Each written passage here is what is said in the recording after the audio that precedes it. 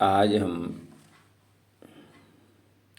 वेदांत की जो बातें, जिसको आप वेदांत कहते हो, या भारतीय साहित्य में, भारतीय ग्रंथों में जो लिखा है, जो भिन्न भिन्न संतों ने वेदांत की जो व्याख्या की है। वेदांत वैसे तो संस्कृत में लिखा हुआ है, उपनिषदों में लिखा हुआ है, वेदों में लिखा हुआ है, परंतु उनकी जो व्याख्या की है वो अलग अलग संतों ने अलग अलग तरह से की है। और वेदांत को समझाने के लिए हमारे कई संत लोग प्रवचन भी करते हैं और उस बात को, वेदांत की बात को बताने में थोड़ी बहुत कम और ज़्यादा एक सी ही बात बताते हैं, परंतु बताने में एक बड़ा, कभी कभी वो उनमें विचित्र, किसी को किसी तरह की भाषाएं प्रयोग करके और आज के वैज्ञानिक विचारधारा वाले लोगों को समझने में बड़ी दिक्कत आती है, क्योंकि उसमें वो अपने अपने विचार भी लगा देते हैं। मैंने इन सारे विचारों को पढ़ करके और सरल भाषा में वेदांत को बताने का प्रयास किया है।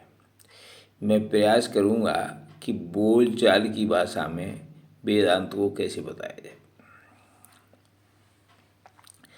बड़ी सरल भाषा में मैं आपको बताना चाहता हूँ। पहले तो मैं आपको ये बताऊँगा कि मन क्या होता है, जिससे आपकी समझ में आ जाए। देखिए, मन को लोग कहते हैं कि जो मनन करता है, जो चिंतन करता है, उसे मन कहते हैं। असल में वेदांतों में भी लिखा हुआ है और वैसे भी आप विचार करके देखें तो मन क्या होता है ये बताना चाहता हूँ। मन आँखों से देखता है, मन कानों से सुनता है, मन त्वचा से स्पर्श करता है, मन जीभ से चखता है, मन नाक से सूंघता है। मेरा कहने का मतलब ये है कि मन की 5 ज्ञानेंद्रियां अंग हैं, मन के अंग हैं। ये पांचों ज्ञानेंद्रियां मन काम करता है तभी करती हैं। इसका मतलब है कि मन की ही अंग हैं ये पांचों ज्ञानेंद्रियां। अब जैसे हम कोई काम करना चाहते हैं तो पहले मन में सोचते हैं, तब हाथ से काम करते हैं। इसका मतलब है कि कर्मेंद्रियां भी मन के ही सहायक सदस्य हैं, मन के ही स्टाफ की सदस्य हैं। कहने का मतलब ये है, बड़ी सरल भाषा में, बोलचाल की भाषा में, कि सारी पांचों ज्ञानेंद्रियां मन के डिपार्टमेंट हैं और पांचों कर्मेंद्रियां मन के सहायक हैं। यानी कुल मिलाकर के पांचों ज्ञानेंद्रियां, पांचों कर्मेंद्रियां मन के ही सबॉर्डिनेट हैं, मन के ही भाग हैं। ठीक है। अब आता है, मन के भी 3 भाग और होते हैं। मन के 3 डिपार्टमेंट होते हैं।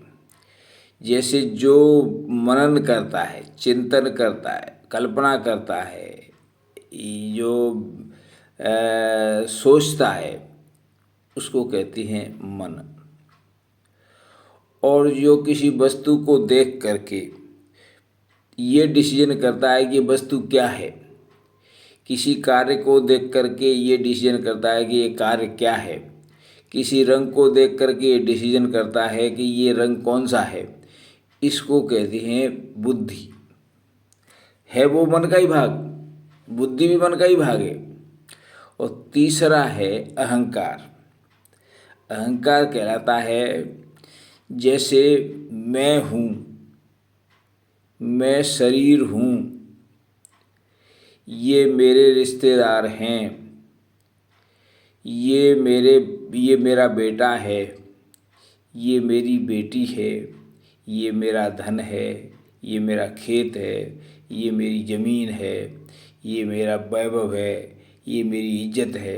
इस तरह की भावना जो रखता है मन, उसको कहते हैं अहंकार।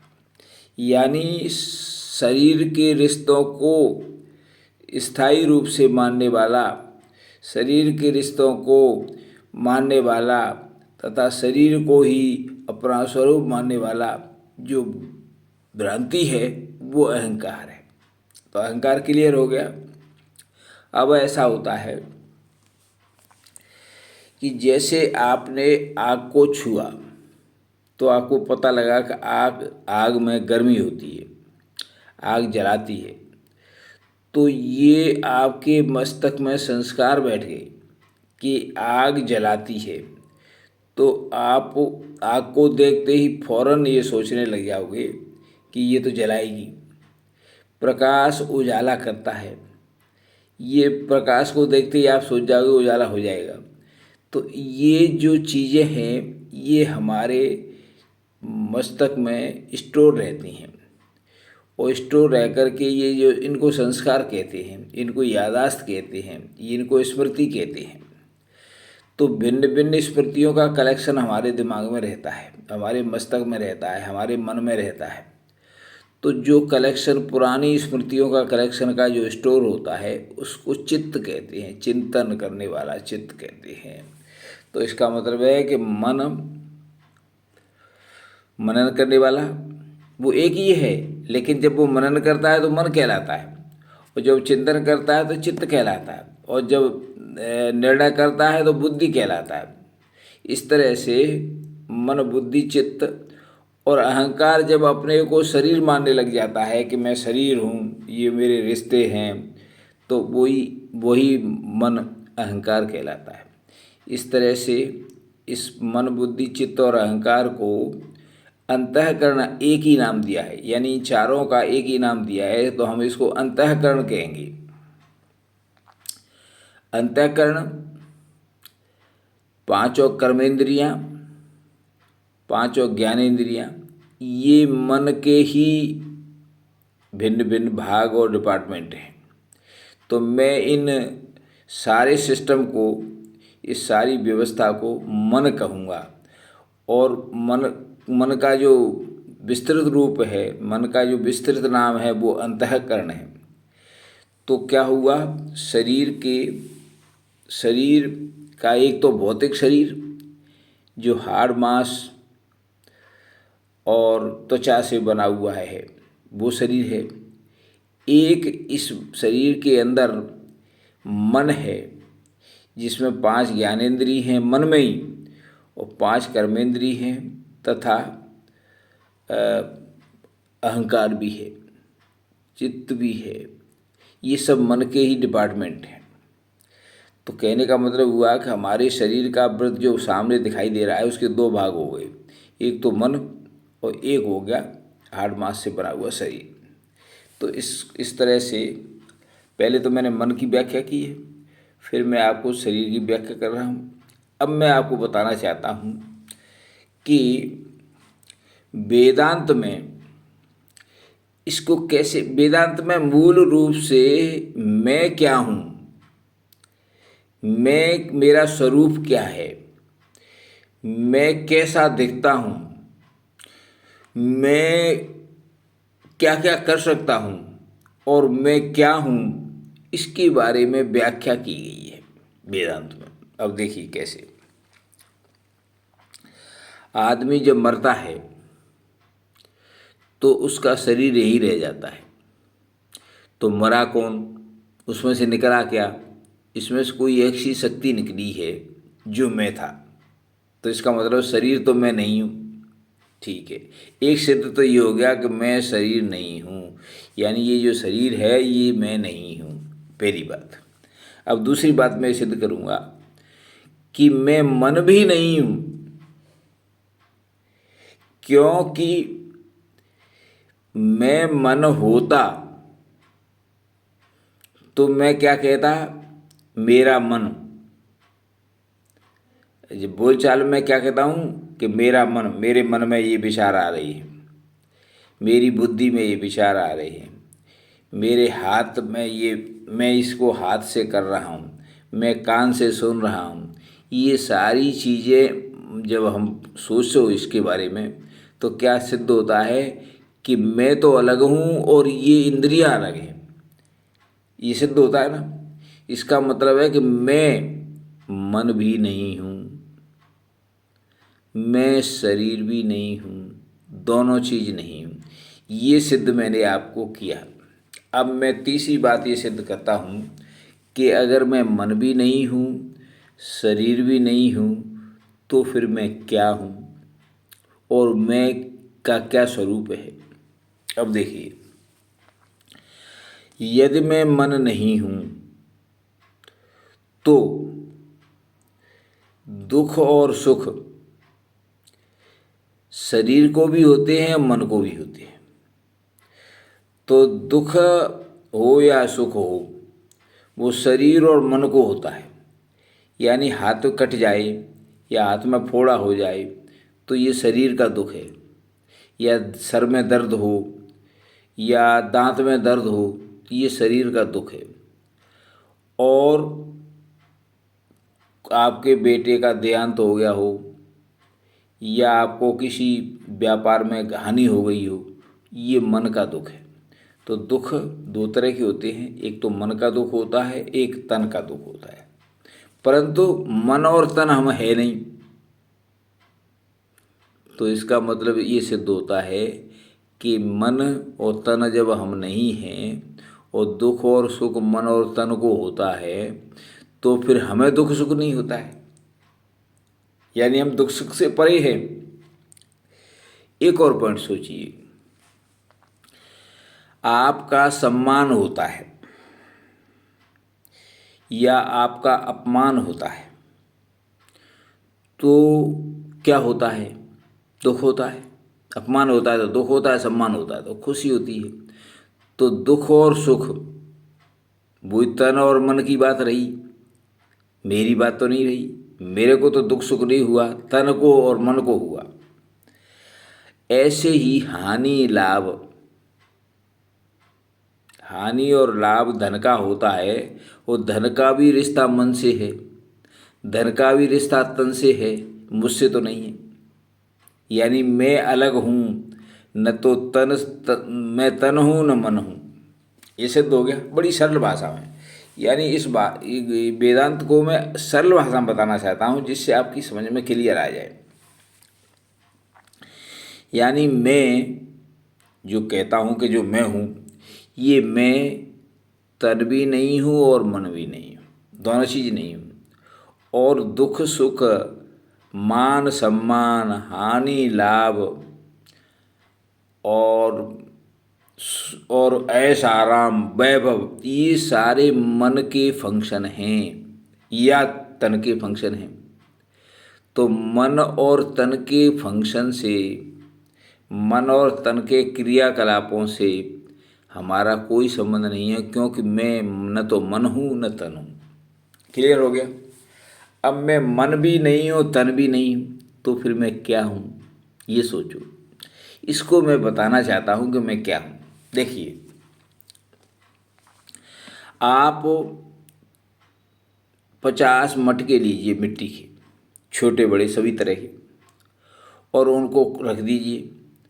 तो 50 मटकों में आकाश और हवा एक सी है, खाली है, खाली नहीं है बल्कि उनमें आकाश और हवा है। अब 50 मटके आकाश और हवा को यूँ सोचने लग जाए कि मेरा आकाश अलग है, मेरी हवा अलग है, अलग अलग सोचने लग जाएं, तो वो क्या सोचेंगे कि मैं अलग हूँ, मैं छोटा हूँ, मैं बड़ा हूँ।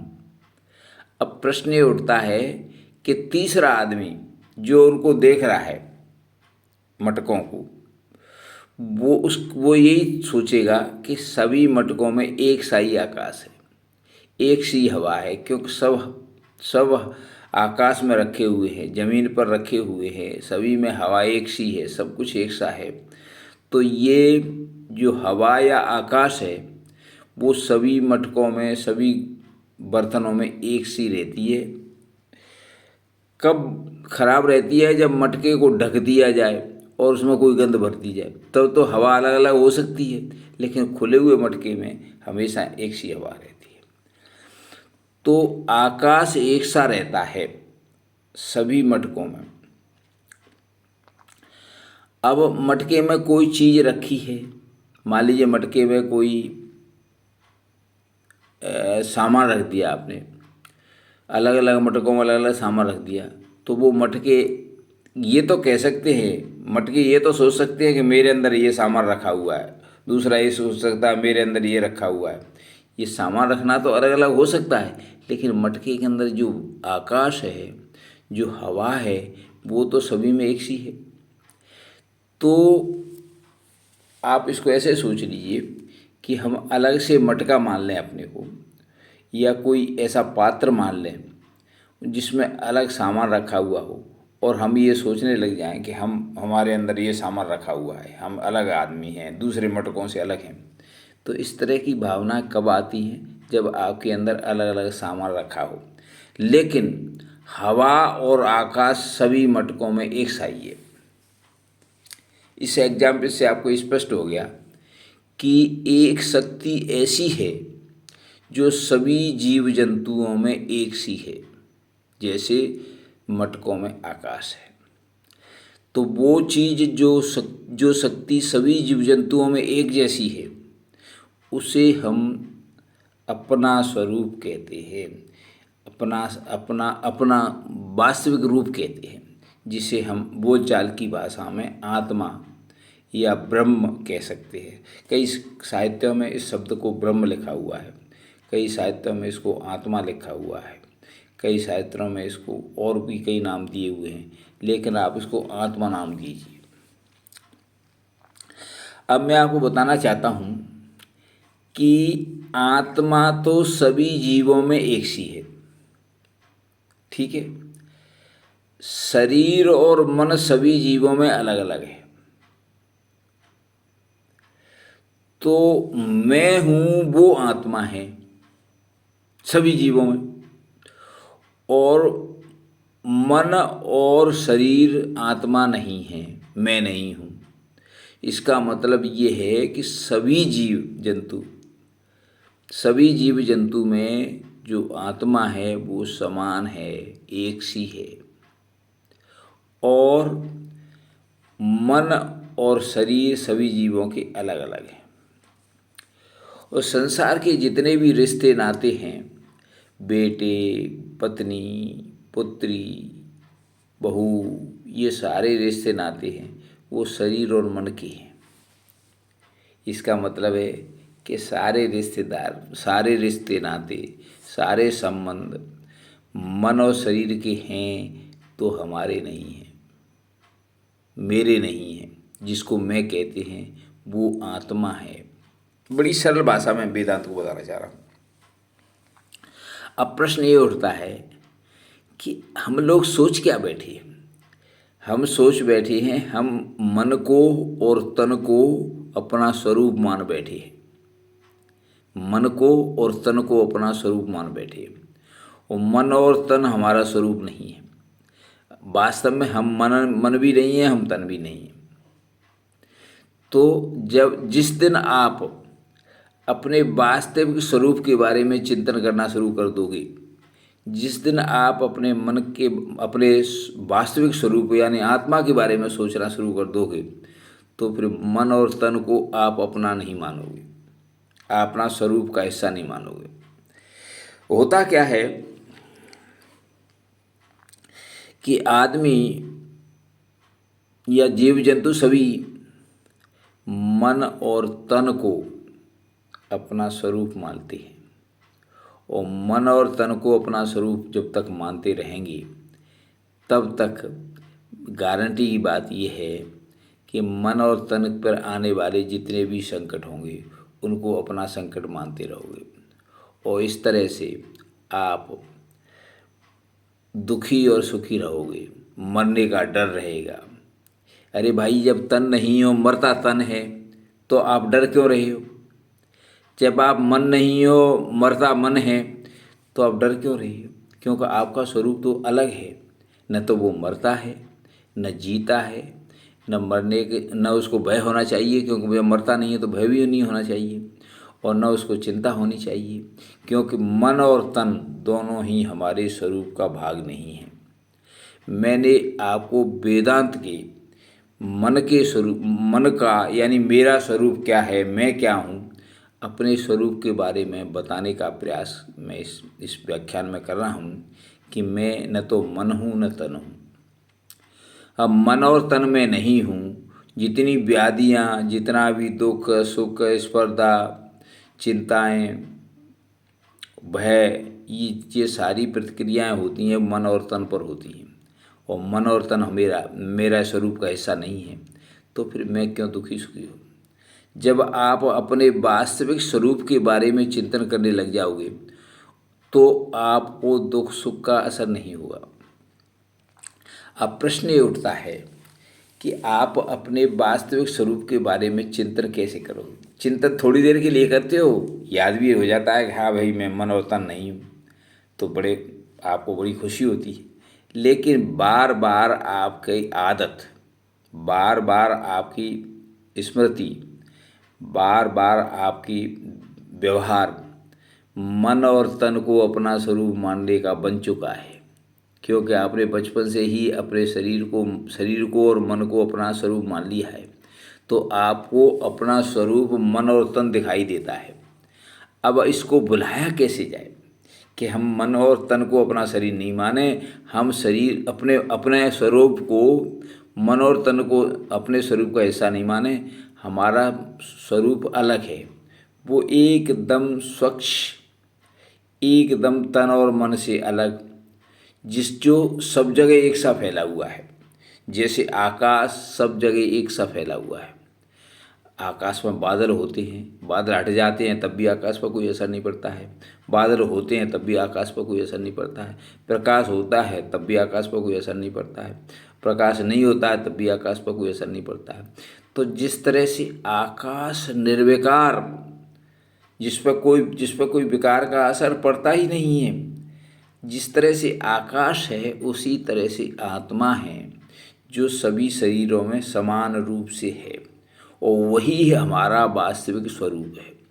जब हम अपने वास्तविक स्वरूप के बारे में ये सोचने लग जाएं कि हमारा स्वरूप तो वास्तविक अलग है, हमारा जो वास्तविक स्वरूप है वो तो आत्मा है, हम तो मन है ही नहीं, हम तो तन है ही नहीं, तो फिर हम संसार के दुख सुख, मान सम्मान, हानि लाभ से या मृत्यु और जन्म से विचलित नहीं होंगे, क्योंकि हम ये समझने लग जाएंगे कि हम ये मन और तन है ही नहीं। खैर, ये मैंने बोल चाल की भाषा में अपना स्वरूप बताने का प्रयास किया है कि मेरा स्वरूप क्या है। जब अब आप अपने स्वरूप को इस तरह से पहचान जाओगे तो आप पर दुख सुख का, हानि लाभ का, इन चीज़ों का कोई असर नहीं पड़ेगा।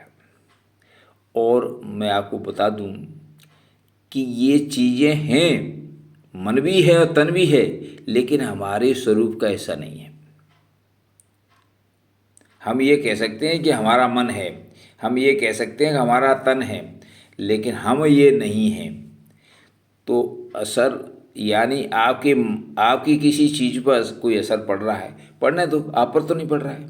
आपके तन में दुख हो रहा है, पड़ने दो, आप पर तो नहीं पड़ रहा है, क्योंकि आपका स्वरूप अलग है। जब आप ये चिंतन, ये विचार, ये भावना स्थायी रूप से अपने मन में रख लोगे तो फिर आपका मन भी दुखी नहीं होगा और तन भी दुखी नहीं होगा, क्योंकि आप वास्तविक स्वरूप को पहचान गए हैं। यही संत लोग प्रयास करके यही काम करते हैं। तो यही वेदांत का सार है, बड़ी सरल भाषा में। हालांकि वेदांतों में वेदांत के व्याख्याकारों ने इसी बात को अलग अलग रूपों में कहा है। इसी बात को 4 शरीर बता करके बताया है, इसी बात को 5 हिस्से बता करके बताया है, इसी बात को अलग अलग व्याख्या करके वेदांत में बताया गया है। हमारे भिन्न भिन्न ऋषि हुए हैं, हमारे महात्मा हुए हैं, उन्होंने पब्लिक को समझाने के लिए, आम आदमी को समझाने के लिए वेदांत की जो व्याख्या की है वो अलग अलग शब्दों का प्रयोग करते हुए अलग अलग तरह से की है। लेकिन वास्तविक व्याख्या तो यही है जो मैं आपसे कह रहा हूँ। इसमें मैंने न तो कोई कठिन शब्दों का प्रयोग किया है, न किसी संस्कृत का प्रयोग किया है, न किसी कठिन लैंग्वेज का प्रयोग किया है। बोलचाल की भाषा में मैंने आपको अपना स्वरूप बताने का प्रयास किया है। तो आज के व्याख्यान में मैं आपको केवल अपना स्वरूप बताने का प्रयास किया है।